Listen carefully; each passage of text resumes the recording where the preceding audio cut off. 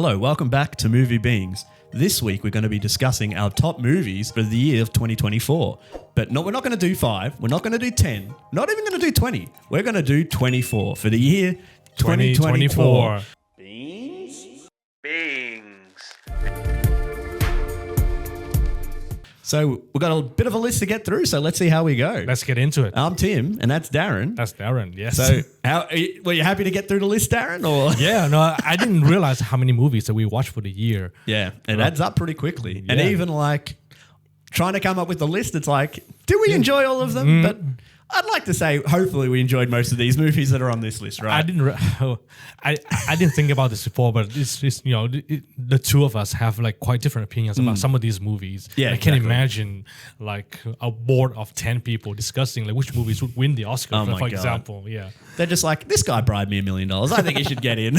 and I didn't realize this as well. Like being in the Oscars, it doesn't just really rely on the board of the advisors, but it depends on the campaigns that they run as well. Well, that's the thing as well. That it's like, ooh. And I learned something about the 2022 Oscars that you might not like, but no. I don't want to bring it up to Not today. now, not Yeah, now. It's a bad time. We yeah, haven't even started the list. Yeah. Should we jump straight in, Darren? Let's do it. Let's do it from the bottom of the list. Yes. So at number 24 we have Monkey Man. Monkey Man. Yeah. So you put this movie. We agreed this movie at number 24, but you like this movie quite a lot. Yeah, I quite enjoyed it for what it was. Kind of like a fun action movie kind of set in India where I haven't watched many Bollywood movies or even a lot from that influence. So I kind of enjoyed like a different take on it. And even the story of it was quite interesting. I thought the idea of their kind of like their beliefs getting shunned out and pushed out by like the government and / the police. I thought it was like an interesting narrative and I quite enjoyed it. I thought Dev Patel was quite... That's right, Dev Patel? I said his name right? Yeah. I think it's Pap Patel. Yeah. I'm sure I messed it up. Yeah. I just thought it was a fun movie, and I quite enjoyed it. I know Darren probably didn't feel as highly as I did, but yeah, that's kind of my brief thoughts on it. Yeah, no, I agree that the action sequences were really nicely done, and the emotions were really intense. The one thing that I didn't like about this movie, I think it's a common problem with Bollywood movies in general, which is just the pacing. I think the pacing is just a bit too dragging for me, and I was hoping that Monkey Man would break out of that mold and be a bit different, but other than that, I think everything else. I wish that Vietnam can make a movie like this, but it's well, still a because long I way think to go. he did the most of the funding and stuff behind it. That's the thing, right? Because he's always, I think he came out and said he doesn't get a lot of work and it's hard, and he's like, I wanted to try to do his own kind of like Hollywood take on like an Indian kind of movie, which I think it's pretty, if you can't, you got to do it yourself, which is fair enough, right? Yeah. And which I employ for that. Yeah, and the thing is, like, it did pretty well at the box office as well. It's got like $35 million. Yeah, so what was it, like $10 million, $15 million budget? So, it just shows that he can make a successful movie. I thought it might have done better, but I thought it was still fair. Yeah. Moving on, what's 23? 23 is the highly controversial It Ends With Us, starring Blake Lively. So we did have an episode where we discussed the different opinions of the critics and the audience. Yes. You can watch it right over here. Yeah. But our quick thought of it is, like, if you put aside all the surrounding things, this movie is a decent movie. Yeah. Like we have mentioned it before, maybe a bit long, maybe it carries on a bit much, but I do like the messaging and theming of this. Yeah. But obviously with all the drama it's going on and stuff, I feel like that's more of the focus at the moment. But I still enjoyed it. Still thought there were some things that were interesting and quite enjoyable and following along. Yeah. But yeah, and would say like if you feel hard dealing with like domestic abuse and stuff, it is in that film, so be kind of wary if you're thinking about watching it. But no, I still enjoyed it. Yeah, I think so as well. I think you have to give the credit to the movies where it's due. The people who spent time and resources to make it. And unfortunately, the drama surrounding it is just like shadowing the whole movie. Yeah. Now, so yeah, exactly. It's tough. Right. Yeah. Next one, 22. 22 is Kingdom of the Planet of the Apes. Yes. I think we had yet another one. We have another episode about talking about this movie at length, so you can watch it right over here as well. But our quick thoughts. Just kind of another Planet of the Apes movie. Maybe not the best one out of like the newer ones. I'd maybe say it's like one of the weaker ones, but still kind of enjoyable. I thought the story was all right. Yeah. I thought the female character was maybe the weakest character. I can't remember the name of the main ape in it, but I thought that was like a strong storyline. But I still had fun and still enjoyed it enough. And it made a lot of money, so maybe they will make another. There'll definitely be more. They definitely if you watch the ending of this film, you can see they want more. There will be more. Yeah. Next one, 21, Darren. Speak No Evil, starring James McAvoy. And he plays a bad guy in this movie, just like in Split. But not as well. What do you think about this movie in general? I thought it was fine. Like Yeah. the premise was kind of interesting. The idea of like they kind of like lure families in and do these terrible things to them. But I do think his kind of like weird out there performance kind of carries it a lot. But yet again, there's a lot of like even this I would say like there's a lot of assault to like younger children in this. So if you're like wary of that as well, but I thought it was fine. I think it was like out of all the horror movies I've watched this year, I didn't watch many, but the ones I did, I really enjoyed. This is maybe a bit lower on the list. No, I agree. I think this is my least favorite horror movie as well. It did make a bit of money, so $15 million budget, and it made $77 million. Yeah, on so box office. that's like what they want. Yeah. Do you think that they will make another movie called Hear No Evil? Hear See No Evil? Oh, I'm pretty sure there's one called See No Evil. Is there? I'm pretty sure I'm there's sure one. there would be. Yeah. But yeah, I don't know. I think it's more James McAvoy. I feel like he entices people. Like his performances are generally pretty riveting, and he is good in it. So it's like I think that's that's like the appeal to this film. If there were like if there was anything I would say. Yeah, fair enough. Number 20, Darren. Twisters. Twisters. Let's do it. And we have another episode that we discussed Yes. Twisters at length as well. But in general, I think this movie is a very well-made movie. It's a disaster movie, and it didn't get convoluted with any love stories unnecessarily. And I like that fact because I think the director intentionally decided that he didn't want to put a love story in a disaster movie because that's not the point of the disaster Drags movie. away from it a bit, which I would agree with. But yeah, I definitely think this has like an interesting main character.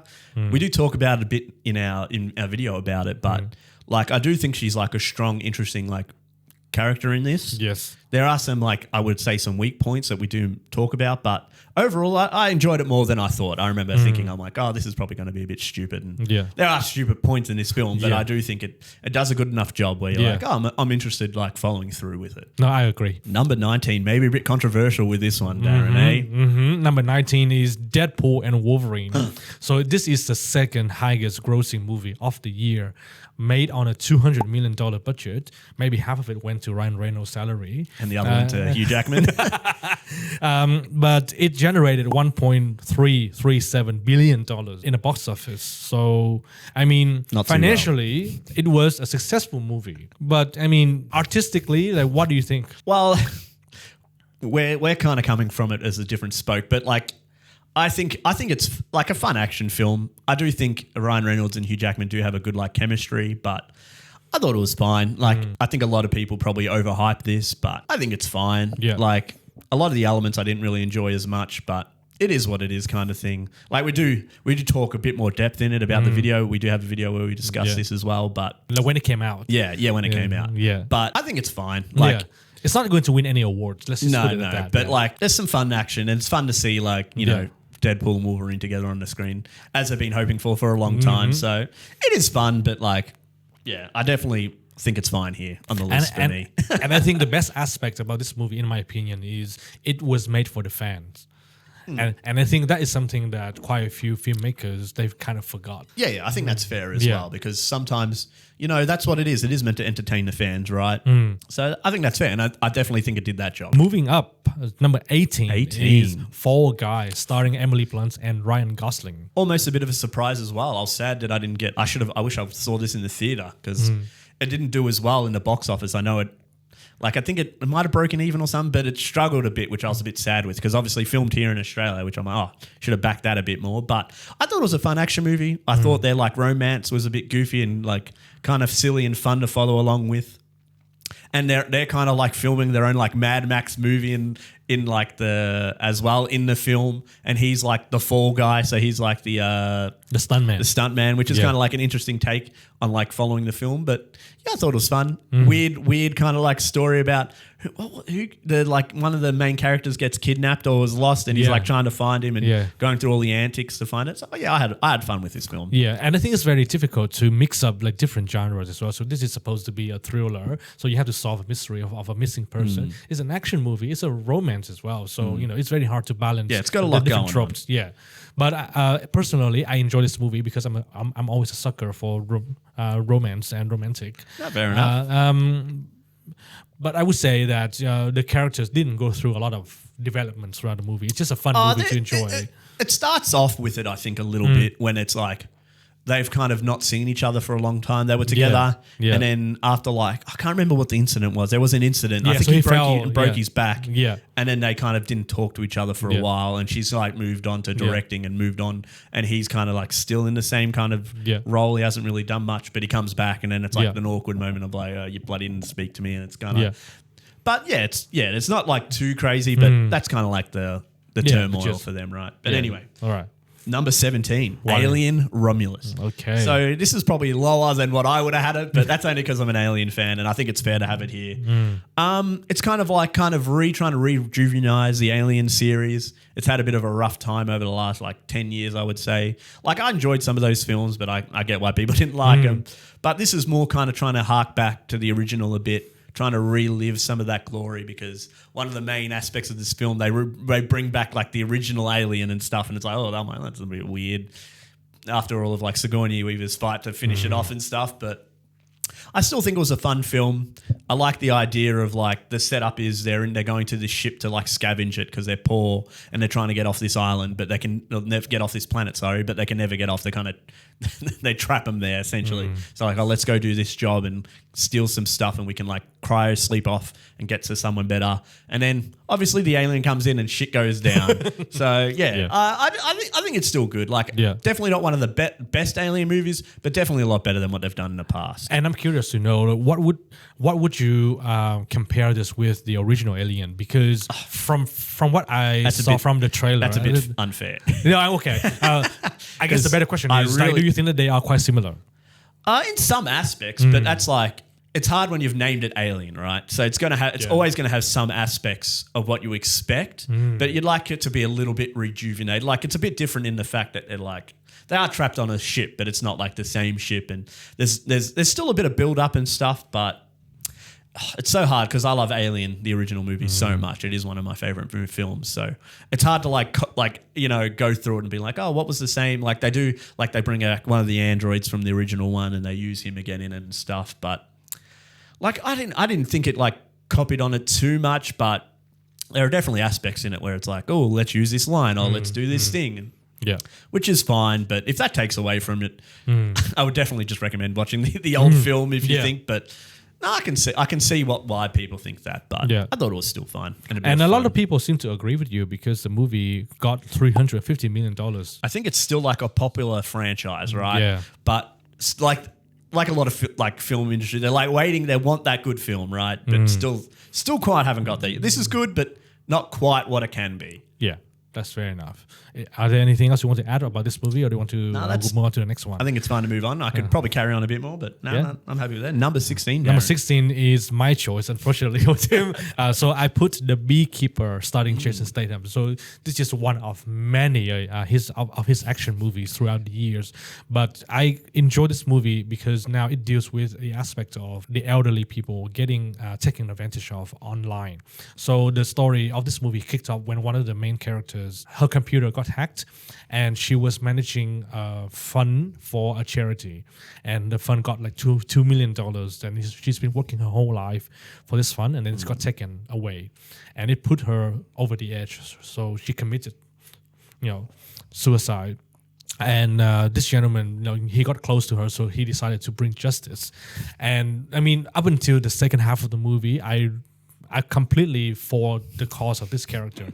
I'm happy for him to go in and cause mayhems to the hackers and the criminals. The second half of the movie, I think it got a bit too much. Okay. Yeah, so that's where I'm okay, this is where I draw the line of the suspense of disbelief. If you have seen the movie, you know what I'm talking about. He got into the White House. Oh, okay. And he met the president. Oh, of course. Why wouldn't he? Yeah, okay. But I personally enjoy this movie because I think it brings the awareness of the message to the elderly people, and they need to be protected. Fair enough. So number 15, Civil War. So this is on me again. So I only watched this recently, but I thought it was a really amazing film. So it follows a journalist in a turmoil in America. They're having another bloody civil war, essentially, like the title says. So they're going around filming incidents and stuff, and it starts off with her they're at like a little, people are trying to get more water, and then there's a terrorist and it blows them up, and it's like, oh shit, and this is kind of setting the scene. So it's a very interesting story about this main character kind of going through, because she wants to interview the president before he gets overthrown, because he's so close to losing power that they're like, oh, we want to get the final interview, right? And she's well renowned, and this other young photographers or once like, I want to come along and be like you. So she's like following along with her, and I think that's a very interesting dynamic of like the new kid coming in and like learning from an old experienced head, where it's like tough. Like you've seen a lot of the stuff where she's taking photos of like dead people essentially. So it's a lot to deal with, and the stuff she's kind of had to push out, because she goes through a lot of like, even through the film and even like through flashbacks of things where she's watching people die and she's just taking a photo of them. Like not like the ability to not help these people would have been so hard. So it's like kind of dealing with that through the whole film. And I thought it was very interesting, and I thought the like performances of all the people or all the actors in this did a great job. And it was a very, I enjoyed it a lot more than I thought. It's like a weird idea, because talking about Donald Trump before, but it's just like the idea of like, would people rise up and fight back against a president that was actually like doing terrible shit? But it was a very interesting film to look at that, and I was like, I really enjoyed it. I would highly recommend it if you enjoy kind of like political kind of war films. And can I just ask a quick question? So when was it set? Like current time era, I would say. Like, okay, yeah. I don't know what, I can't remember if they say the year in the movie, but like modern times, essentially. Wow, okay. So it can be either a fiction or a prediction for the future. Yeah. Well, hopefully not. Hopefully not, but yeah, it is, obviously it is fiction, but it is kind of set in that like turmoil and stuff. But yeah. Very interesting movie. Nice. So next one, another one from me, 14, Blink Twice. So another horror movie, but something that surprised me. Initially when I saw this and I saw the main actor, and I'm Channing like, Tatum. And I was like, I don't know if I'm not a huge fan of him, and I'm like, this is probably going to be weird or something. But I saw somewhere someone's like, this is actually a good movie. And I'm like, all right, I'll give it a chance. And when I actually watched it, I'm like, it's actually a lot better than I gave it credit for without seeing it, which is obviously, always rough to do with films. But it is a very good horror film, kind of like, not Us. Why have I already forgotten the name of the other film? Oh, like Get Out. Like Get Out. Yeah. It's very much like Get Out.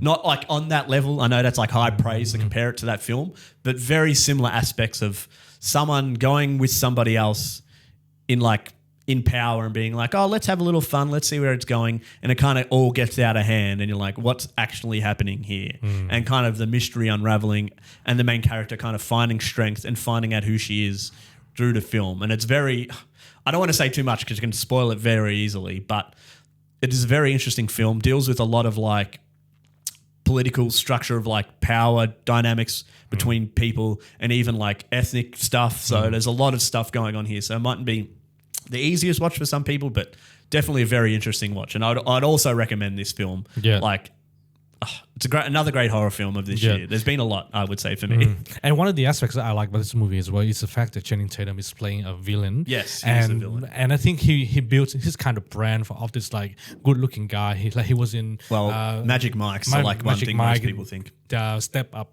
Like those kinds of movies, right? But I think when I watched The Hateful Eight by Quentin Tarantino, and he played the leader of a gang in there, and then he was playing this vicious, villainous character, and I think he kind of found a different avenue for him. I always think about him in 21 Jump Street, right? Yes. That kind of stuff as well. That's like his brand, right? Yeah, like the approachable, kind of goofy guy. Yeah.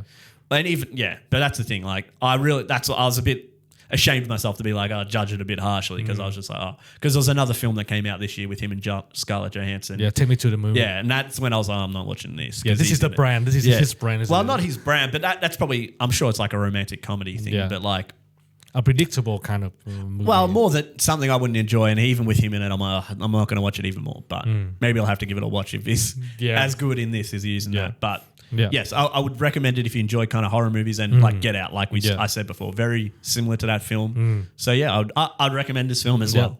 And I want to give another credit as well. So this movie was the first directorial debut by Zoe Kravitz. Oh, really? So she directed this movie. So yeah, definitely give it a watch. I thought you did a great job. I haven't seen it, but I read through the whole plot, and I think this is a very twisted kind of story, and you would enjoy it. Yeah, definitely. All right.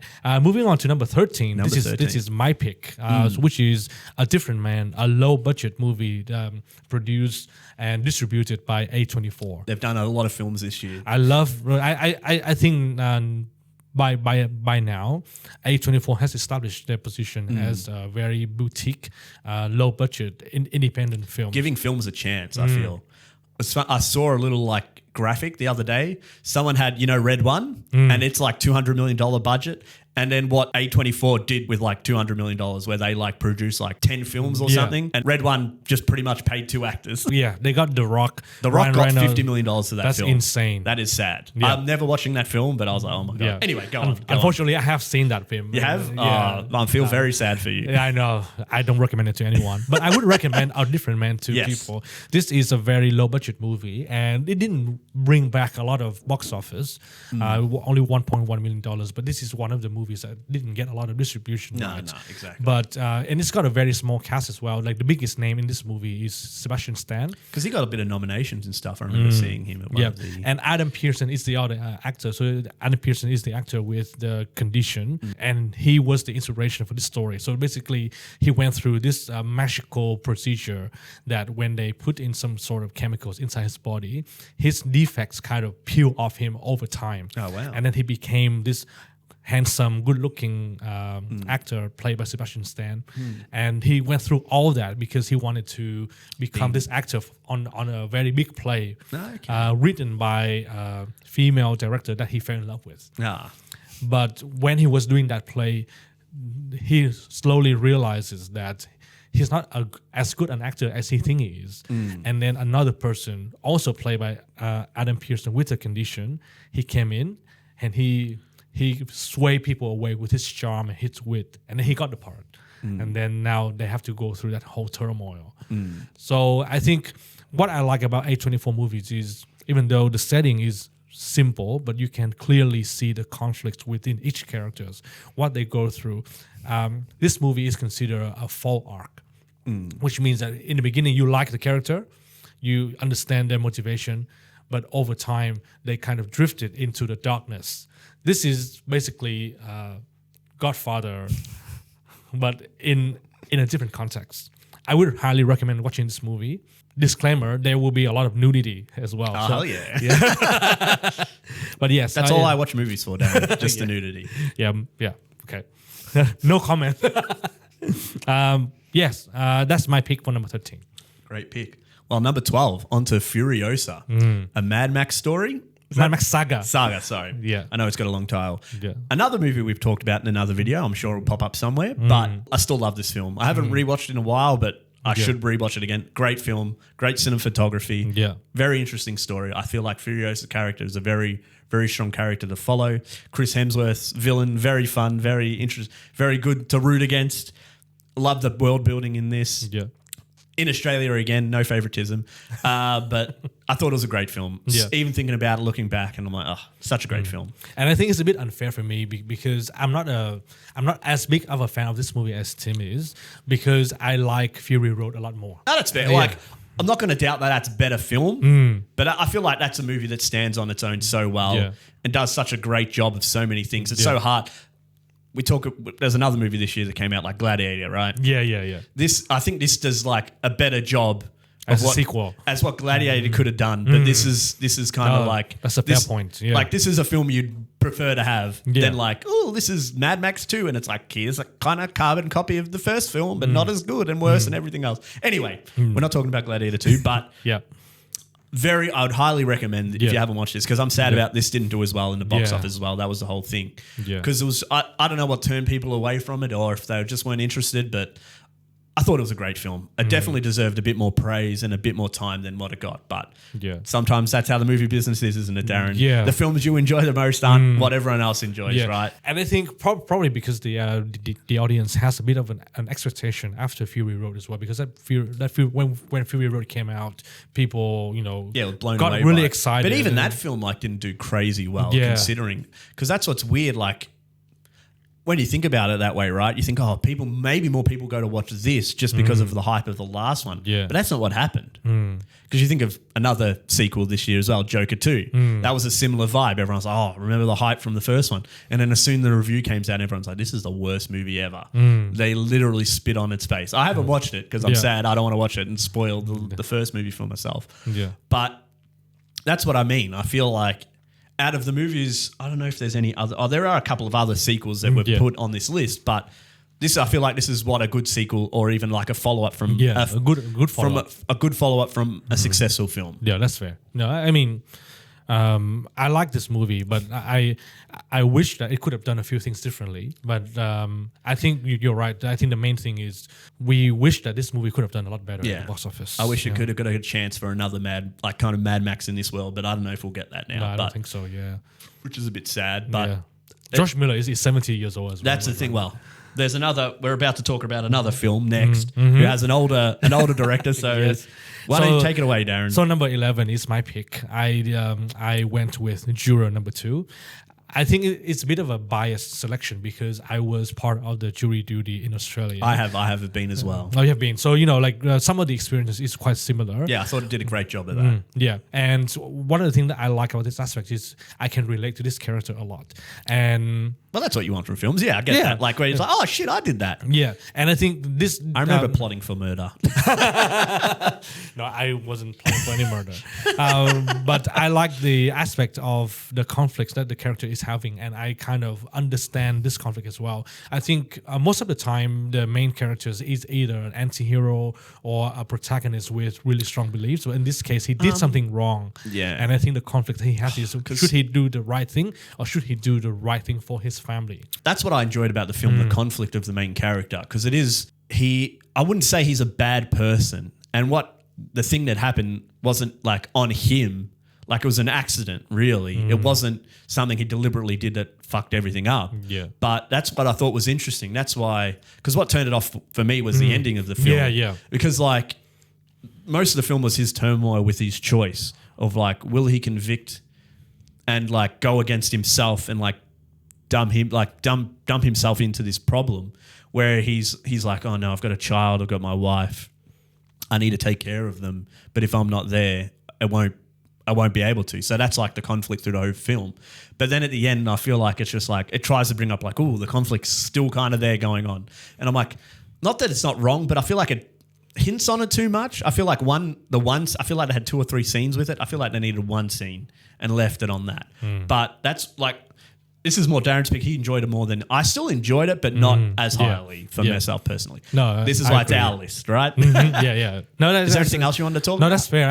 I think the one aspect that I enjoy about this movie as well is the fact that he was the only juror left that doesn't believe that. Well, obviously he knows something that the rest of the people don't, and he tries to convince them to put the other guy, which is strange. Yes. Because through the whole film, he's like, oh, we shouldn't convict this guy. He knows he didn't do it because of what happened to him.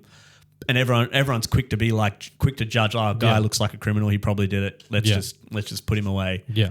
Rather than giving him a chance, which is funny because when we get back to the end of the film, I don't know if I've already spoiled this movie enough, but he pretty much goes back on what he was doing at the start, essentially. So he made a choice. Yeah, no, he made a choice. At the end of the day, the stories in the movies is all about characters making choices, and that's the thing that I like the most about this movie, which is it gives me the question: what would I have done if I'm in his situation? Would I have made that choice, or would I put myself in jail? Yeah, it's a difficult choice. Essentially, would I take the fall for another man that didn't do something and it's not his fault, or I need to stay to help my family, or whatever situation you're in that needs you? Yeah. So it is a tough, like that's what I enjoyed about it, because I'm like, oh, this is a tough thing. But I feel like I've already said, the end kind of spoils it a bit for me. Yeah. But I always think about this as well. Like there's been a lot of experiments and stuff about how you don't feel as bad for a stranger, right? It's easier to let a stranger go through pain than it is for someone you care about. And it's hard when we live in a world when we're exposed to so many different things, where it's just like, give a man a chance, right? I did like the idea of this film because that's what I was like. I'm like, oh, he's made mistakes. He's done terrible things, but this isn't on him.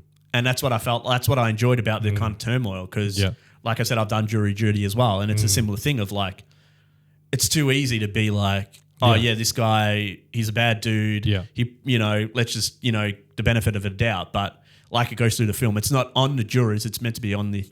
Is it no, not the defendant? What do you call the prosecutor? The prosecutor to actually kind of prove it's happened. Correct. Or whatever it's done is done. Yes. But if there's enough there to be like, oh no, this is Yeah, it needs to be proven beyond reasonable doubt. Yeah. Right? So that's like it's a very interesting story, but like I've said already, like the execution could have been a bit better. a little bit better. Yeah. But still I would still kind of recommend it, but like just not as high for me. Yeah, fair enough. But I understand why it's high for you. Like I get it. Yeah, no, that's fair. And then we move on to the top 10. Top 10. Ooh, here we go. What? This is my film again? Ah, shit. It is. The Late Night with the Devil, another horror film. So I'm pretty sure this didn't have a big budget either. And it's pretty much about a man and his late night show. And it kind of, at the start of the film, it kind of gives you a rundown of what's going on in his life. He had a successful late night show. It kind of falls off a little bit. He deals with the struggle with his wife. His wife ends up getting cancer and passes away. And he's still trying to find a way to kind of bring his show back and relevant. So he has this big idea to bring on someone that's possessed by a devil.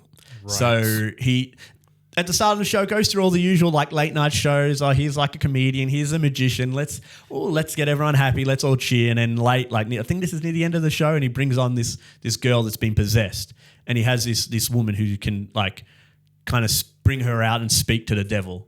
And this film is insane.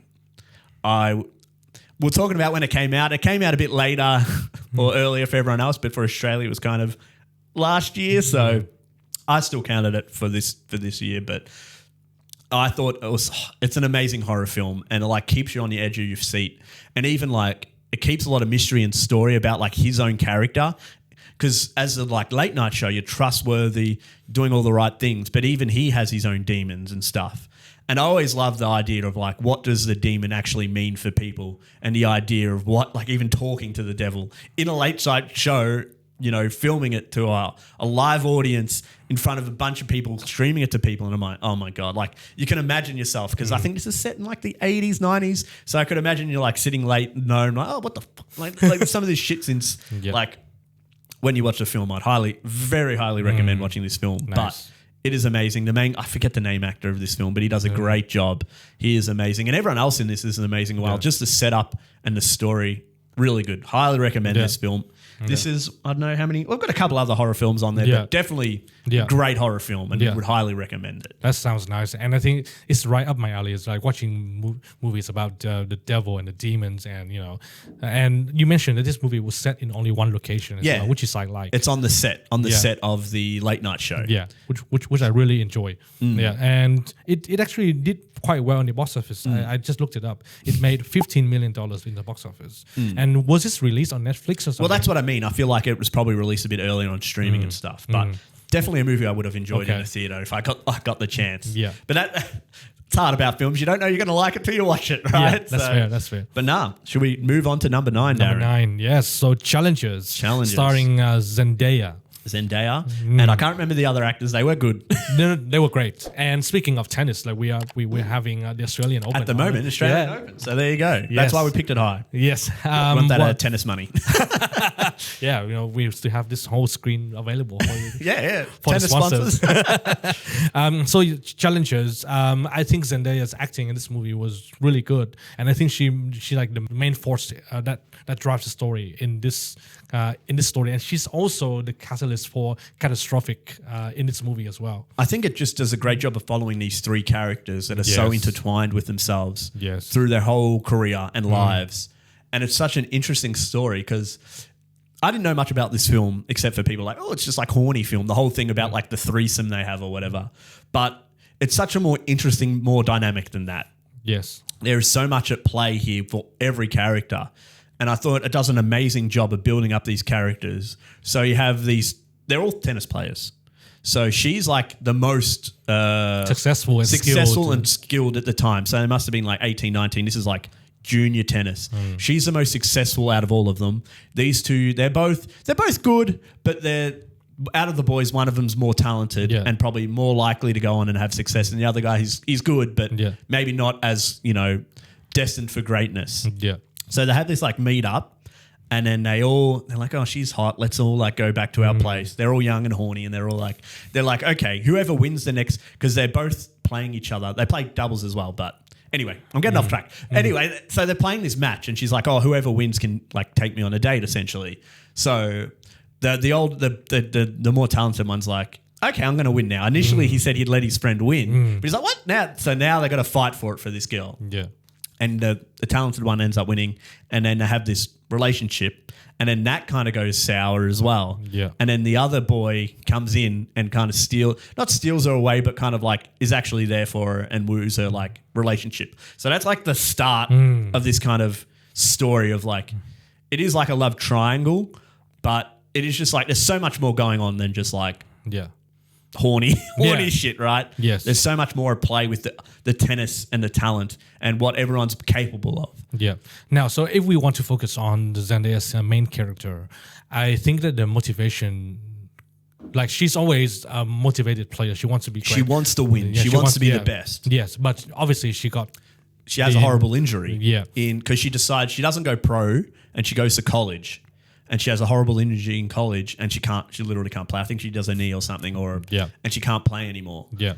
And so she goes to coaching. Yeah. And she coaches her partner, the other tennis player. Yeah. And then he ends up, I think he wins a few titles or becomes number one in the world. Yes. He achieves what she wanted, essentially. Yeah. So she's like living through him. But at this point of the story where we're at, he's at like the end of his career. Yeah. They've got a kid together. Yes. And he got injured as well, I think. He got injured. No, but he doesn't have the love for it anymore. Yeah. He's kind of at the end of his kind of ropes, and he kind of wants to have a family. He's like, I just want to be there for you guys and be together, where she still very much has this drive to be successful and win. Yeah. So that's like the next dynamic. And that kind of sets up the film where they're both playing in a small tournament, because the other guy, he hasn't found much success at all because he went to the pros early, didn't really try as much. We've seen this a bunch of times in tennis, different players where they have the talent but don't put in the time because they think it'll just be given to them, right? Yeah. So, and he's at the low end of the totem pole now, and he's doing all the small tournaments just to make ends meet. Yeah. And then they do this one small tournament and they meet each other again. I don't know what the time period is, but it's like very long time. So then they play out this whole tennis match, and it's kind of like their lives again with all the turmoil they've gone through before. And it's just amazing. It's so riveting watching this tennis match because it's not just the tennis, it's about their lives and how they've done things and how it slowly unravels about how the story has led up to this moment. And I thought it's an amazing film. Yeah, and it's a great storytelling techniques as well, because it's much more than just a surface level. And and I think Zendaya's character mentioned this right at the beginning of the movie. A tennis match is 10% sport, and it's 90% about the relationship that you're having with the other person. And when she mentioned that, and then we cut back to the actual tennis match, and I was intrigued by this movie, so I downloaded the movie script and I read through it. Oh, wow. And I think the actual movie followed the script very closely as well. They didn't cut anything out. Well, that's good. That's when you can tell when they follow the script closely. It means they know they had something, right? Such a good script. And this is another small budget, right? This didn't... the budget was quite decent. So $55 million budget, Like, it's hard to say, but that's still like decent, because I think that Civil War was about 50 as well. So that I feel like that's not like super small, but like that's more reasonable. It's not in like the $200 million range. Yeah. And I think Zendaya, was she a producer or part? Like, she was a part of. She might have been, Because that's where I remember I looked, I'm like, oh, no wonder. She like, I don't know if she would have got a lot of money, but she probably produced and put in a lot for herself, which I think I kind of do like when actors put themselves out there for a role or a story they enjoy. Yeah. Because that's what I mean. Like we talked about with Patel, with Monkey Man. Just something for yourself to enjoy, right? Yeah. Yeah. But yeah, great. No. Highly recommend this film. It's 100%, yeah. Like, I wasn't ever turned off it, but like sometimes it gets a bit of a narrative and I'm like, but highly enjoyable film. Great narrative, great story. Yeah. Would recommend. Definitely. Why it's in the top 10. That's it. And number 8, this is the Tim's choice as well. Oh, no. And unfortunately, I haven't seen this movie. I'm sad. I'm sad. I wish I want to discuss this film with you one day, but The Iron Claw. With Zac Efron. Zac Efron. And his plastic surgery. Yeah, well, that's because of his. What did he have, an injury or something? Yeah. And like, not like he didn't deliberately do it, but so this is. I don't know. It might be the saddest story on this. Oh wow! On this movie board, it is brutal and horrifying, and oh my god! So it's about a wrestling family and their kind of story through. So he's. I can't remember if he's the oldest, or he's like the second oldest. They had a kid earlier and he passed away. But that's shit already. No, but that's like the story. It's about like this family's curse essentially, because I don't want to spoil too much just because it is an amazing film and I want people to watch this. Yeah. But his journey of trying to be one of the best wrestlers in the world, and his dad was an old wrestler, so he's pushing him and his two other brothers like through it. Is it 2 or 3 other? There's a lot of brothers that are all wrestling, but it's just the turmoil and the heartbreak they go through. Because it's hard. I don't want to mention too much because it's like spoil it too much. But the turmoil and the grief this character goes through, and Zac Efron's performance is amazing of him dealing with all this stuff his family's going through, and his father, who's pretty terrible. He makes him. He's like, oh, you brothers can help each other. Essentially, he just like palms off the problems onto them. Where it's like they needed a family to help them. They're dealing with all these serious issues, and they don't get help from the people that they should give it to them the most. And it's left on him to help his brothers in these terrible situations. And it's just like, it's a hard watch. I won't deny it. It is like so much pain and grief through this film. Like if you can't watch this movie without crying, you're a heartless person. I'll say that much. Oh wow. It is very brutal if you can't feel for this character. But I won't say too much. I don't want to spoil this film too much if you haven't watched it, because I would love everyone to see this film. Yeah. Because I haven't watched many other Zac Efron films, but I can imagine this is his best. Yeah. He is amazing in this. The story is amazing. It's grief and sorrow. Yeah. Maybe if you're not in the mood to feel sad, don't watch this film, but definitely would recommend anyone to watch if you haven't watched this. Yeah. Well, at least after watching this movie, you can feel something rather than watching a Marvel movies where you don't even remember the Yeah, characters. well, that's true, but you know. Well, that's what movies are supposed to be, right? Like, they need to leave something with you after you've seen it. Definitely. All right. Definitely on my list to watch. We're on to Darren now. All right. Number 7 is another movie about feelings. No. The personalization of feelings, the Inside Out Part 2, which is the highest grossing movie of 2024, sitting at $1.7 billion. Not too bad. Yeah, not almost as much as Spider-Man. Altogether. I was going to say, I'm like, if we put all the other movies on this list apart from Deadpool, probably made more money than all of them. Yeah, 100%. And, I always have a soft spot for animations because I think that this is where creativity get to run loose, right? Yeah. But the Inside Out is what we really talk about, like how difficult it is to make a good sequel. Inside Out 1 was great. Inside Out 2, they even made it better. And the introduction of new feelings when the main character Riley gets to the teenage years, and the core message is about finding your true self, and the aspect of even the main characters from the first movie having to accept the fact that they're not the only ones that Riley needs, and they have to accept all the other negative emotions and memories, which I think is a fantastic message.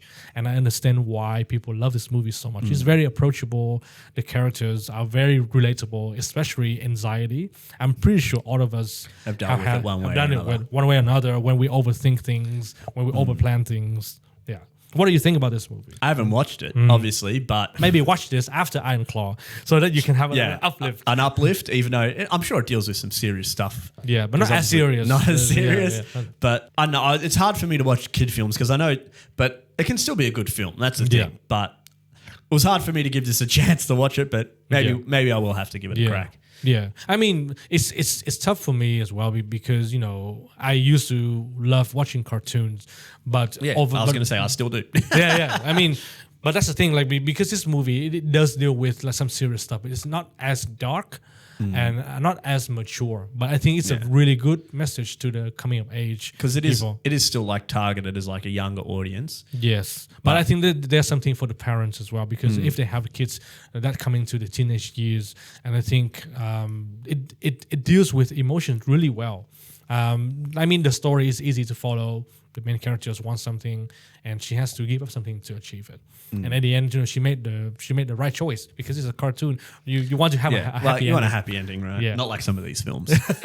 Okay, yeah, yes, I would recommend watching this movie, but maybe just once. Just once? Yeah, just once, just to see what it's like. Not just want to Inside see Out what. twice? I'm thinking maybe they will make Inside Out 3 Oh, or what turn do you into a mean? franchise. They're going to make more. If this nearly made $2 billion, they're going to make more. There's no way they don't. It's gonna be another Despicable Me franchise. Maybe. Number 4. But maybe a bit more. Better, maybe. Like Kung Fu Panda. It's got Oh, like the God. Kung Fu Panda 5 now. Oh, God. All right. Anyway, number 6. Number 6, Nosferatu. So this is a remake of a classic. And I learned about this. So they changed the name to Nosferatu because they were being sued for copyright of Dracula. Yeah, I was going to say, I'm like, this is like the Dracula story, but just a different name. But it's hard to talk about this film. Is it Robert Edgers? Is that right, his name? The director? Yeah. I love this director. Yes. Lighthouse, Witch, The Northman, all amazing films. Yes. And I did see this with some friends and they weren't big on it. If you've watched these films and enjoy it, I feel like you will enjoy this. But I wouldn't recommend it for people, maybe not everybody. But I thought this was an amazing film. Yeah. For us, technically, it came out this year, but for a lot of other people, it did come out in 2024. So I thought it was appropriate enough to put on here. And I really wanted to watch it. So Yeah. So what can you tell people without spoiling the movie for them? God. Well, if you've already watched kind of like the other Nosferatu or even Dracula's stories, you're probably familiar with kind of like how it rolls. So it mightn't be too much of surprise, but it's more of the Robert Edgers' vision of how his Nosferatu's influence is on the world. Because that's how I feel like, kind of like you'd say like the two main characters, Nicholas Hoult and Lily Rose Depp. and how their lives is being kind of taken over by this Nosferatu. Yeah. And even like it's merely her life that's being kind of consumed, and how they've like him being a bit oblivious to it at the start, which I found funny. Everyone was like, you don't go. It's pretty dangerous. And then even when he gets to the town and all the people there, it's like, bro, you shouldn't go there. And he's like, no, that's all right. Yeah. And then he gets there, he's like, I shouldn't be here. Yeah, you think, well, he's a real estate agent, so Yeah, that's what I mean. He's like, oh. Yeah, and the guy who plays it. Yeah. That Ben Skilgard? Bill Skarsgård. Skarsgård. Yeah, There we go. Skarsgård, Getting names wrong is all I do. But it's because there's a lot of monologuing in this as well, like very Shakespearean, Days of Our Lives, kind of staring off beyond the camera and like saying their monologue. So that's why I can see it's not a very normal approach to filmmaking, where a lot of characters are like face to face and you film the conversation. They're like looking off into the distance as the other character is kind of like watching them. So I can see why there's probably not as much interest for people to watch this that aren't willing to like sit down and like watch it and enjoy it. But that's why I say it's hard to recommend. But if you're a film buff, it's hard to pass up. Like so many things in this film that are done so well. Yeah. I'll shout out to the one character that like the little dude, the head of the agency who's like following Nosferatu, and he's like a little weirdo, and they capture him and he's like eating pigeons and eating things. Oh my God, this dude's weird as hell. And he like runs off and oh my God. Great acting and great cinematography. Yes. Great landscapes, and yeah, I mean, if you enjoy this kind of movie, I'm because I watched it as well and I was pleasantly surprised. So let's just put it at that. It's not a conventional horror movie. There are not that many. Like No. There's no jump scares. Yeah, no jump scares. I think there's maybe one or two that I would say, but no, it's not. That's not the point. That's not the point of this film. It isn't so much to scare you, but just things that are happening are terrifying. Yeah, and just like the idea of what's actually happening. There's a lot of like you said, a lot of cinematography, and even like some of the scenes are amazing of like creating the image of how he controls an area he's in. Because once he moves to the town they live in, it completely changes and his control is immediately taking effect. And just them trying to figure it out. And I love when they bring in Willem Dafoe's character, who's the old doctor that's gone crazy because he's following the occult essentially. And he's like the one that has to like figure out how to solve it. And I thought he was great. But it is an amazing film. Yeah. I'll probably definitely watch this again. But Yeah. like I said, it's definitely, if you've watched any of Rob Konecka's films and not enjoyed it, you probably won't enjoy this. It's definitely, it isn't like a film for everybody. I'll say that. But I enjoyed the hell out of it.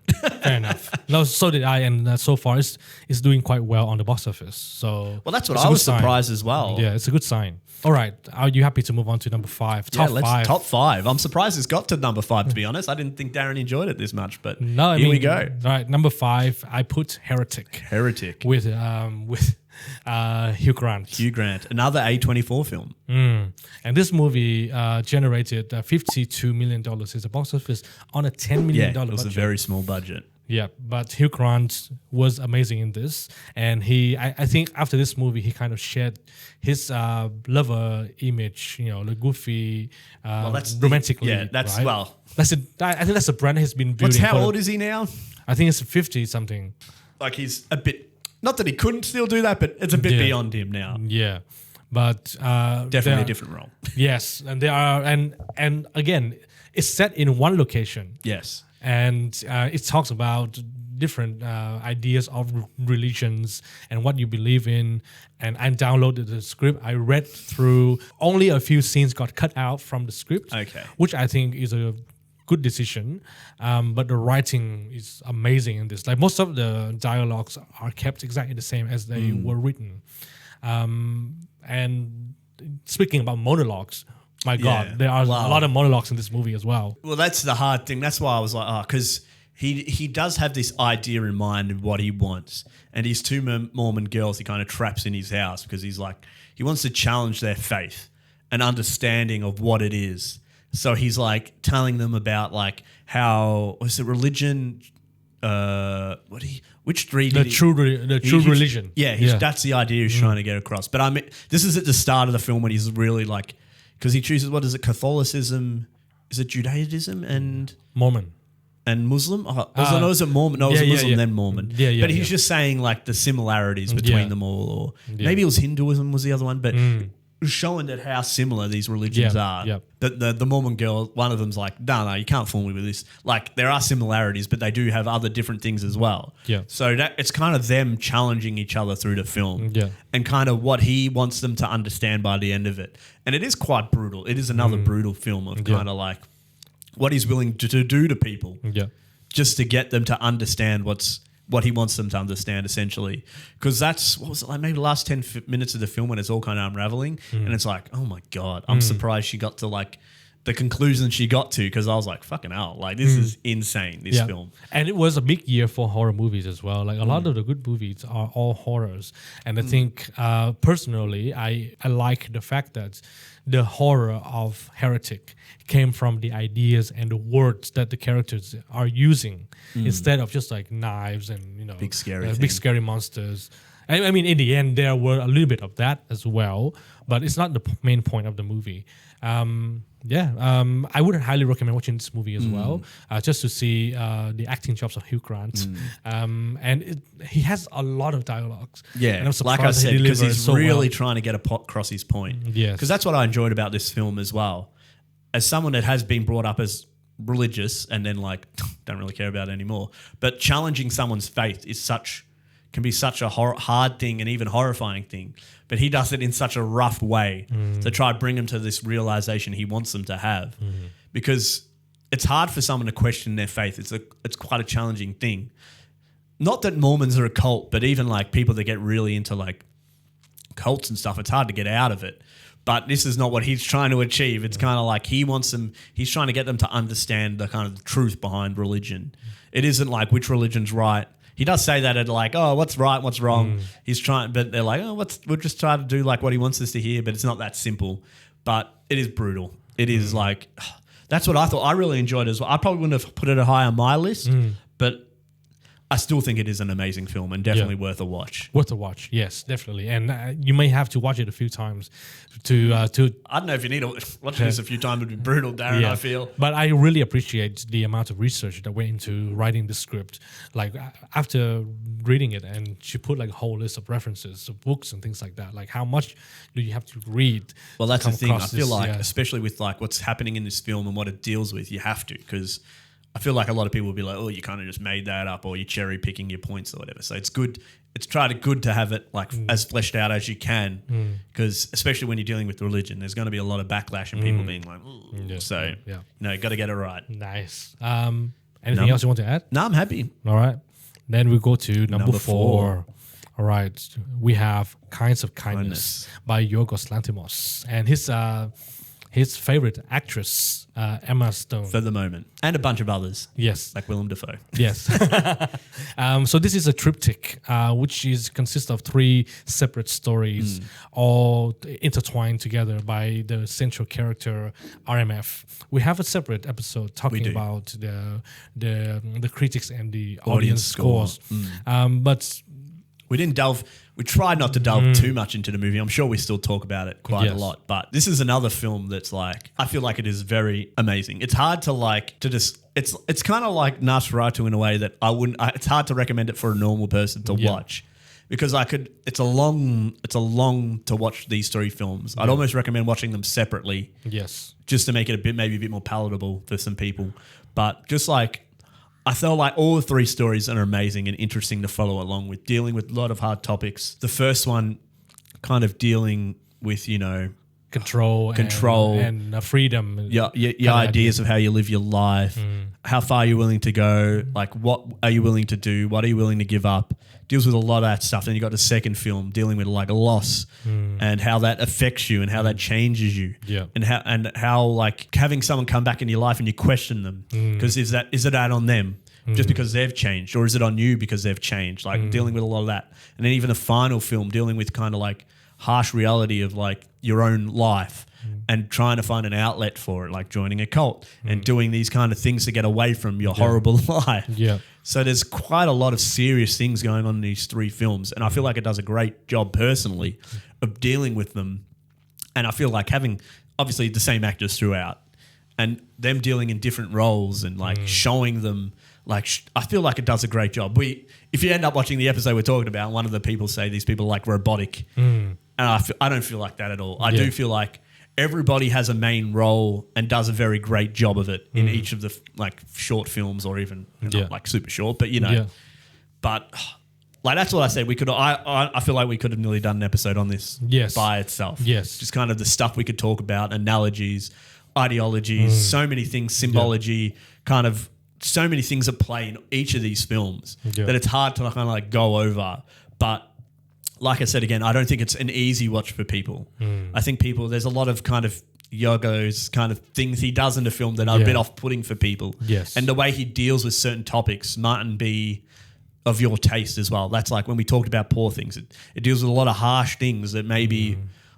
Like I couldn't take it away from you if you said you feel like it deals with it wrong. And it's like hard for you to watch, because it does a similar thing in this film as these films as well. Deals with hard things, and maybe he doesn't take them serious enough, or you feel like it's a bit light. I can understand that, but it's so hard. I enjoy these films so much.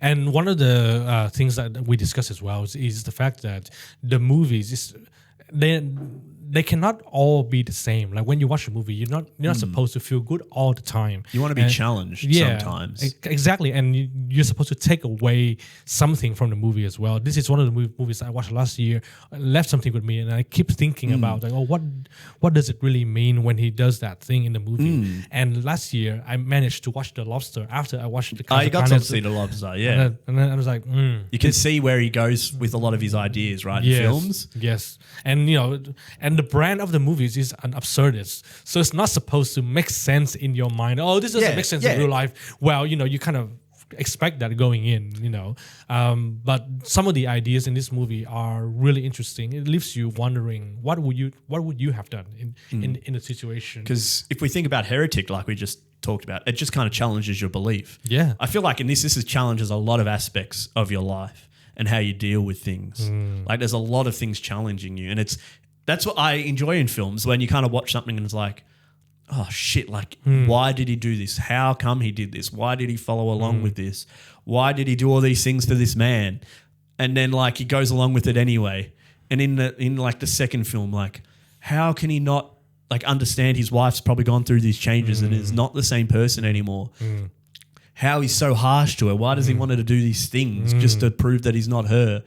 and even in the final film, like trying to escape a harsh reality and then getting turned away from that and being like, I want to do the right thing and try to get back. I want to try to get back in because I don't want to deal with my life because it's got so many harsh things to deal with. So it's like, it just challenges in so many ways. Yeah. Where I just find it very interesting and very compelling. Yeah, but obviously, you put this out there before. It's not for everybody. No, And, definitely not. Probably you need to watch it like in a few sittings. If you're not willing, because what is it, close to 3 hours? Yeah. So it's a lot to commit to, but highly recommend, because I still think it's as good if you watched each one separately and you would still get the message of each story. Yeah. And if you want to get into the fact that what other people think as well, we have this separate episode where we discuss the audience Definitely and watch the that. critics. Okay, I think that's enough for this this movie, and then we can move on to the top 3. Top 3. All right. Dun-dun-dun-dun-dun-dun. Another horror movie. What? More? No, we've got to run out by now. Such a big year for horror movies. I'm like, there can't be any more on the list, can there? So number 3 is Long Legs. Long Legs. Starring Nicolas Cage. Barely. Another film that surprised me a bit as well. Like, going in, like, I think it was the same, like, Nicolas Cage, it might be just like a goofy, fun horror movie, but much more than that. Like, we talk about how kind of like the control of like the devil and stuff. And this really does a great emphasis of how something out of our control is like moving and persuading people, and us trying to figure it out with the main character and all the challenges she deals with, and her slowly realizing her life and what's actually been happening and all these things. And it's insane. Like, I haven't rewatched it recently, but it still sticks with me. Deserves a rewatch. Yeah, it definitely deserves a rewatch, but it definitely sticks with me with a lot. Like, I don't know if people have probably come down on it a bit more, like after it's come out, but I definitely still hold it in high regard at the moment. Yeah. But it just does. I feel like the main character is so interesting to follow along, and like her life and her dealing with all these harsh things that are happening around her, and dealing with such a harsh topic of like it's meant to be like a serial killer, and her trying to put the puzzle together. Yeah. Very interesting, very compelling. It has a lot of things that I enjoy, which is the mystery, a thriller where you're trying to catch a murderer, but it also deals with the ideas of symbolism and a satanic cult as well. Satanic. Yeah, satanic cult. That's it. Yeah, I mean, it's more than just a horror movie with jump scares and scary monsters, but it makes us question ourselves like, oh, okay, so have I been doing those things? Or, like, has anyone influenced me to do those things? Yeah, it's great movie. I will also say there's an episode where we talk about this as well. Yes.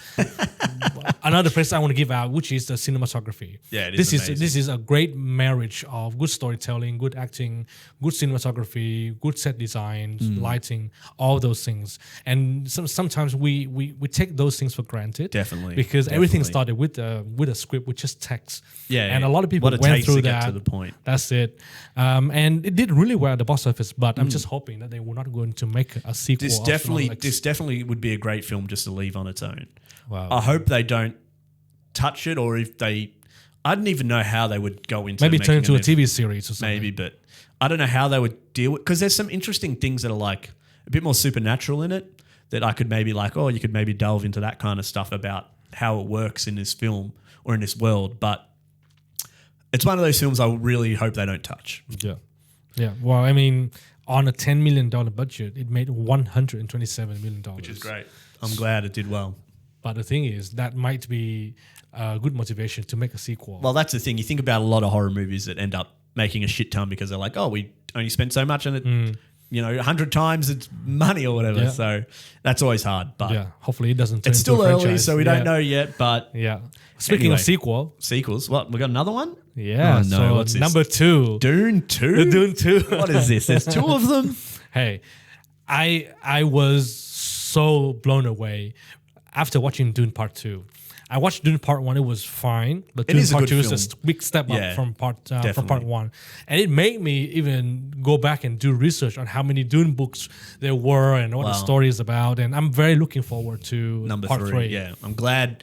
Initially, I didn't know if he was going to do another one, but it said that the third one's going to be the last one he ends on. What's the name of the third one? Is it the Prophet Chai or Something like that. Yeah. I vaguely know the story, but it'll be interesting to see where it goes, Yeah. because this is when it's probably going to get not that it isn't already weird, but get even weirder, essentially. Great cinematography, great acting, great cast. Yeah. People are not very fond of Zendaya in this movie. I think she's all right. I think she gets a bit of a rough time, but like Villeneuve, like he is just amazing. I love most of his films, but this is like insane. Like I did enjoy Dune 1, but it feels like more of the setup for 2, right?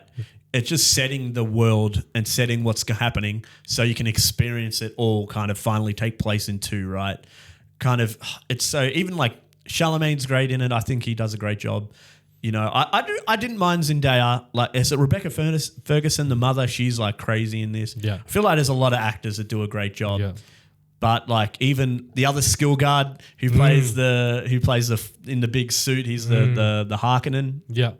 And even the Australian, is it Austin Butler? Austin Butler. Who plays like the guy with no eyebrows. Kind of like, he's not really like the bad guy, but he's like the guy he has to get through to to win the day. But it is an amazing, this is like the sci-fi movies I want more of. Kind of like the grand scale. There's a reason why I love Blade Runner so much, or the new one, I should say, because just like his cinematography, his way he captures a world and builds a world, you feel a part of it.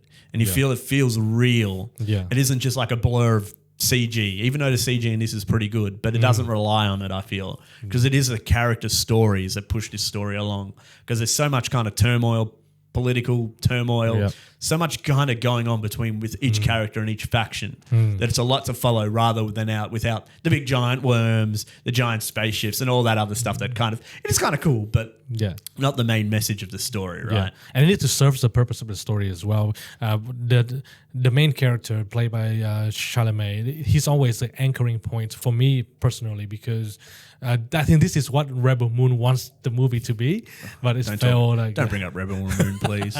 No, but I'm saying is like it's a disgrace to filming. But the world building, yes, very relatable, very immersive. You feel like you're part of the world and you follow the story.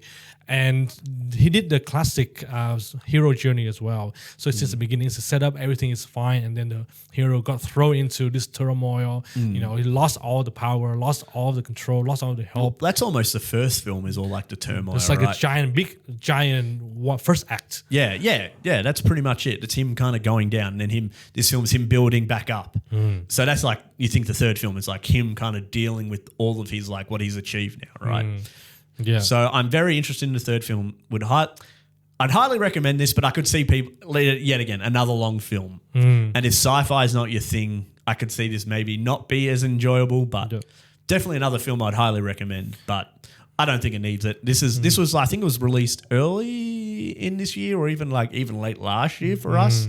But great film. Yeah, make heaps of money and put Danny into the nomination list for the Oscars as well. Even though he's already done so many great films before this. Yeah, and even though like the duration is a long movie, but the pacing of the movie is really quick, and you know it doesn't make you feel like this is a long movie. It does move from point to point very well. It doesn't.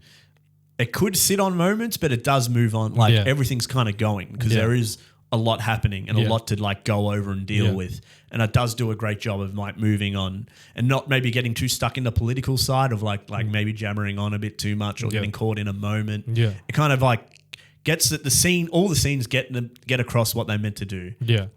And nothing feels too much. And I think that's a very hard balance to achieve, because we have seen movies that is 1 hour and 30 minutes long, but it feels like forever. But if we watch movies which is 2 hours and a half long, and it's like, oh, this is so quick, so much happening. So yeah, I'd highly recommend watching Dune Part 2, or watch Dune Part 1 for that matter, and just expect the third one to come out. Dune 2 at 2 makes sense. Yes. So number 1. This is what a sequel is supposed to be. Yes. Right? Well, it was obviously in plan. This is not like you know, Dune. We're hoping Dune. I think they weren't completely greenlit on Dune 2, but like, you know the story as well. Like there's a lot more happening and more to go through, but they were just hoping Dune 1 did well enough that they could have done Dune 2. And now obviously Dune 2's done super well, so definitely going to have a 3. Nice. But number 1. Can people call it? I think they probably can.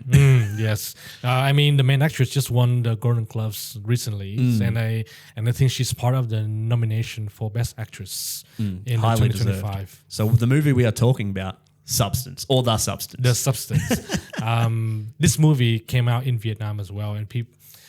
I hate the fact that people were advertising this movie on the Vietnamese social media. Is about the fact that all the actresses were like in the nude in this movie. You get to see a lot of nudity in this movie. Just go watch it. Very beautiful actresses. Yeah, I see that as well when people talk about it. And then Margaret Qualley, who's in this, she's a lot of revealing scenes, and people are like, oh damn, her ass is so great. You need to watch it. And I'm like, you kind of missed the whole point of the film, essentially, if that's kind of like why you're going to see these films. Yeah. Which I wouldn't be surprised if people went to watch this film, but goddamn, this is an amazing film. Yeah.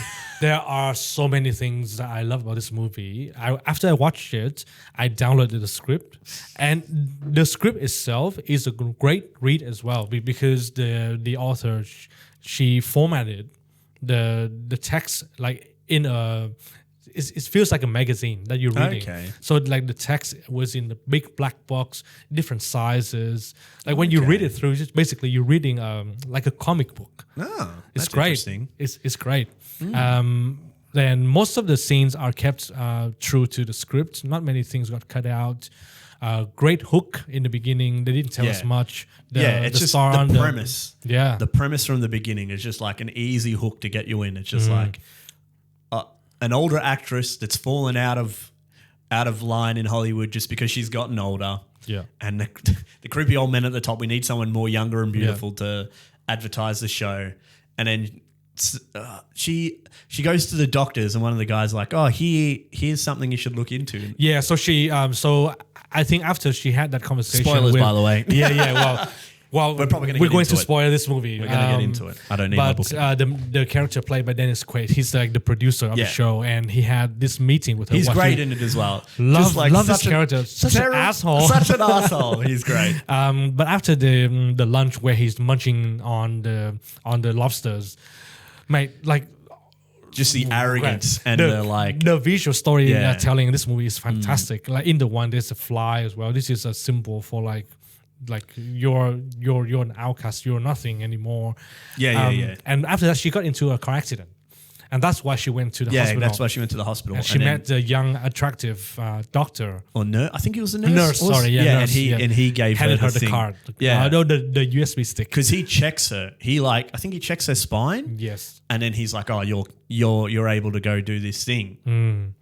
And she's like, "Oh," and then she goes in and figures out this substance that uses like spinal fluid to make you a copy of yourself that's younger.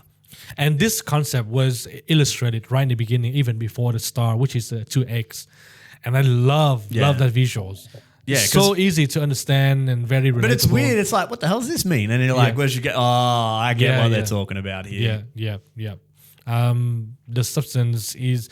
I wonder which company makes the substance, but they have this kind of real estate where they have like the different lockers. Yeah. It's very underground for probably a good reason, right? Because as we go through the film, we understand the turmoil of it. But that's the thing, right? They try to. They let you know the rules you should follow. But as you said, as any person that gets older and like is thinking about like, oh, maybe I'm not as attractive, maybe I'm not getting the attention I want, especially in Hollywood. Like you said with Dennis Quaid, he's generally just like a creepy ass dude that's like, yeah, you're just old, get out of here, essentially, and like not giving her any kind of credit for the work she's done and just kicked her out. And it's like, we just need a younger, hot person in to like captivate the people. And it's just like hard to deal with that. So it's like, it makes sense for a character to be like, oh shit, I can, the one thing I did find weird about, like, how did no one notice that the younger version of herself is there? Because she was an actor for a long time. Yes. Wouldn't someone notice? Someone would have been like, oh, she looks a lot like. I was thinking that as well. But then when I got to the middle of the movie, I realized that Sue is not the younger version. It's a younger version of her, but not the younger self. So it's not her when she was young. It's a different version. Oh, it's just a different person altogether. It's not her. It's a completely different egg. It's just younger. Okay. Yeah.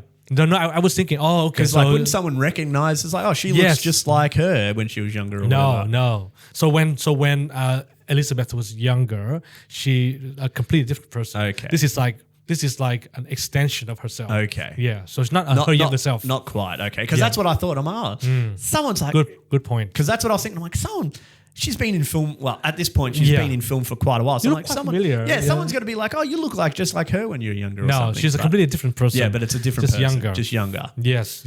And this story follows 4 characters' arc as well. So in the beginning, she knows the truth that her prime has already passed. You know, Yes. she gets reminded every day that you're Yes. you're no longer at your prime. Because there's so much going on. Because it's talking about kind of even Hollywood as it is and how they treat women and how they kind of like idolize young women, prop them up. But once they hit the age of 30 or something, when they're like starting to get a bit older, you got to get out. And that's when like plastic surgery, I feel like this is kind of like an analogy for like plastic surgery or just anything in general to make yourself look younger so you can stay in the game longer. Yeah. It's been a bit better recently, but Hollywood's just fucked up anyway, right? So I feel like it's just a good analogy for that. Her character is like, I think, is she 50 in this or some 40? Like she's not old, but I mean at this point she's like, 50, I think. Yeah. It's just like, oh, yeah, we're done with you. Yeah. Get out of here, whatever. Yeah.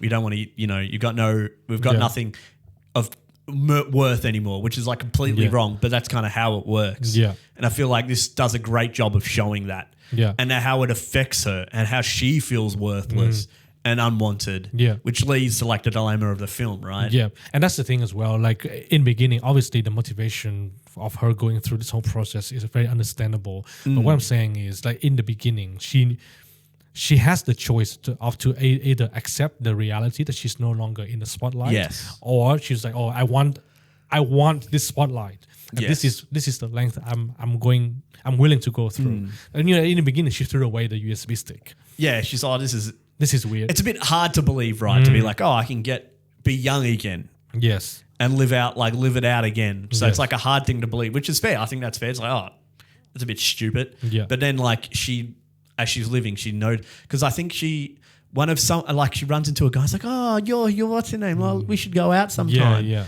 And it's just like, oh, she's like, oh, is this like what I'm come to now? And it's like a bit of like, and even just like how much she's lost and stuff just because of like her getting older. And it's hard for her to accept it, right? Yeah. So it's hard for her to be like, I can't really live the life I want to anymore. And that's why she takes the USB out and goes through it, right? Yeah. And then like instantly gets all the like everything she wanted. Yeah. And then, but it's also, because what is it? Is it 12 hours you're meant to have? Or is it one day? Or how many? No, it's a week. You get a week. Yes, you get 7 days. So after the activation, that activation scene is insane. It is brutal. And you have to give credits to Well, that's part of the horror, right? Yes, but that was done by practical effects. There was no CGI involved. Yeah, definitely. Love it. And the crew behind this team is amazing, and I'm sure they had a lot of fun doing this movie as well. I read somewhere that 95% of the effects in this movie were all practical effects. Yeah, definitely. You can tell as well. Yes, and it was done on $17.5 million, Which is crazy. I feel like you'd never really need like a shit ton of budget to make a great film. I think it's like finding the right cast, having a strong story, Yes. and then just someone that believes in it, right? Like it makes such a huge difference. You can tell in this film, like Demi Moore, right?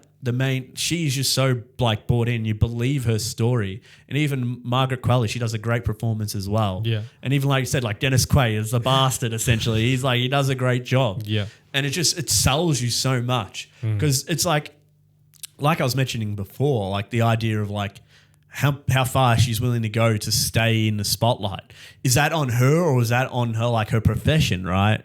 Like, is it her profession that's driven her to be like this? Yeah. So that's why I find it interesting, because she does it herself, but is it because of her reality she has to do this? Yeah. She sees no other way for her to have, even just have success without it being like in the spotlight or in front of cameras, but she feels like she can only be seen if she's not this young, beautiful, attractive actress, right? Yeah. And that's what I find the challenge. That's why it's such an interesting film as you follow along. And you can understand her dilemma when it's like she spends more and more time as a younger person. Correct. And then the older person deals with all the ramifications. And she's like, oh, she keeps doing all this stuff. And there is a pinnacle point in the film where she picks up, the guy gives a number to her, and she looks at it again and is like, okay, maybe there isn't, maybe there is something for me. Maybe I can still feel wanted and be like loved. But as she's like doing her makeup and getting ready, she doesn't feel good enough. Yeah, that sequence. Yeah, that's when you know she's done. Yeah. Because she's like, I can't, at my point in time in life, I don't feel good enough anymore. Yeah. Even if it's It's just for like a guy. Like he's He's obsessed with her. Like, like whatever she looks like, it doesn't. No, but that's even the thing. It's not even like if she's obsessed, but he's just like, he finds her beautiful and, charming or whatever. Like he's not so sold of like, he's not in the realm that she's in. That's what they're in different worlds. Like I can't remember if he was an accountant but he's just like a dude. He's not in Hollywood. He's not like a famous actor. Yeah. He's just the dude. Yeah. But she's in this whole other world. Yeah. And I feel like that's the point of the film where it's just like she's made the choice to be like, nah, I'm not going to be my old self anymore. I'm just going to live my life through Margaret Qualley Sue. Yeah, I'm living through Sue now. Yeah. Yeah, and obviously that choice, destroys her as well. The consequences. And you mentioned that she stay in Sue's body longer, but technically, like over the movie, we get reminded that they are the same person. So Sue lives longer, probably because Elizabeth wants her to stay longer as well. Because that's the interesting dynamic through the film. Because the first time she lives longer, because she's about to have sex with a dude, and she's like, I can't stop now. And I think it's only for like till the next morning. Yeah, one extra day. Yeah. But her finger it takes the age from the other body essentially. Yeah. So you're losing time. You're giving up time to be more as a younger person. And then she blames Sue. She's like, oh, I think she calls up the agency. She's like, oh, she keeps taking more time and she's doing more and it's hurting me. And it's like, well, don't do it if you don't want to do it anymore. But she can't accept it. Yeah. She's not willing to give it up. Correct. And I think, and I learned about this theory the other day. So this is called a 4-arc. As you were mentioning before. Yeah. Very similar to The Godfather. So Michael, like in the beginning, he didn't want to be in the family's business. But slowly he makes the decision. He has to be into it. Yeah, exactly. And there has to be some sort of truth in the family side as well. So in The Godfather, he understands the value of family. He wants to protect his family. That's why he gets into for like a good reason, right? Or like for a good justification. Yeah, for the good lie. Yeah, or for a good validation. You kind of lying to yourself to do this act. And in this case, Elizabeth lies to herself, if I do this. And obviously it got a good effect. She got into the magazines. She got the good show. She got famous. She got the show back. Then she got even more popular from that, getting more things, more shows, more like movie chances and stuff. Yep. And she can't pass it up. She can't give it up. Correct. And then like if we get to like the penultimate point of this film, when she runs out of juice. That's horrible. That's a horrible scene as well. And this is when we really get into like the dysmorphia, the body horror of this film. Yes. When she's like, has to try again because she can't. She's made the choice that she's not going back. She's living as Sue for it, but she has her final is it like the New Year's? Yeah, the New Year's show, 50 million viewers online or something, and it's something amazing. And Sue decided that this is my life now. I will never go back. So she just stocked up on the juice. I'm just calling it the fluid, like the fluid, the back fluid. I'm just calling it juice. Yeah, the life fluid. Juicing up. Yeah. Stock it up, and it led to catastrophic consequence. Elizabeth pretty much lost all her life. All her life. She pretty much dies. She gives up everything, and then this is the ultimate consequence because she tries to do it again, and that's when they come into this monstrosity at the end. But I think before we got to that, I think when Elizabeth woke up after a long period of time, she saw herself in a mirror, and then she called up the agency to get the termination this chemical. Is earlier. Yeah. So this is like she gets it. Yeah. This is like the turning point, the massive turning point. She has the choice to destroy Sue right then and there. Yeah. And she did. She put the chemical in, but then she didn't want to lose it, so she tried to. She goes back on it because she's already like to the point. I don't know. She would have been like 8. She's pretty much aged to 100 at this point or whatever. Right? It's all gone. But then she's like, I'm going to do it again because she had like a little bit left over, and she's like, I'll do it again, and it's just. And so this is the point where both Sue and Elizabeth were both awake. Yeah, merged into one. And they had a fight as well. Yeah, they have that kind of fight as well, which is insane. But and I think at this point, Sue kill Elizabeth, and she didn't realize the consequence. But I think this is also a metaphor of Elizabeth completely losing herself. Literally. Yeah, she's completely gone. And that's like the thing, because especially when she becomes this like dysmorphic creature at the end, it's kind of like, who's at fault here? Like, who's at fault for her going to these lengths? Because she goes to the final thing, and she goes there and she's this mod star, and she comes out and everyone was like, what the hell? And then she like vomit blood all over them or something. It's like so like visceral. But I just think it's such a pinnacle good point at the end of this film where it's just like she's given up everything for this moment. And I do like that she's like vomits on everyone like this is what you've done to me and now I've given it to you. But that's the thing. That's why I like this film. It's kind of like the turmoil of like the length she's going for who? Like these people, you know, the audience and stuff, they're not real to her. Even like Dennis Quaid character, he doesn't care. Yeah. It's all superficial. Yeah. But to her, it matters so much. She's gone to this length to like keep it. Where it's hard to understand. Like it's nothing we can understand to be like at a point of being so famous and popular that it's just like to lose it all and to trying to grasp it back. And that's what I mean. This is what she's willing to go through, the final thing of the film.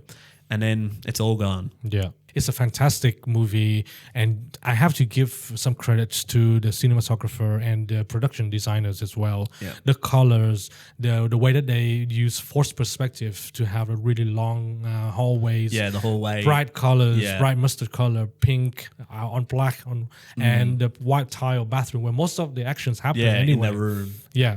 I mean, I cannot get enough of the images and the visuals from this movie. If you watch this movie with the sound off, you can still understand this movie. That's how strong the visual storytelling is.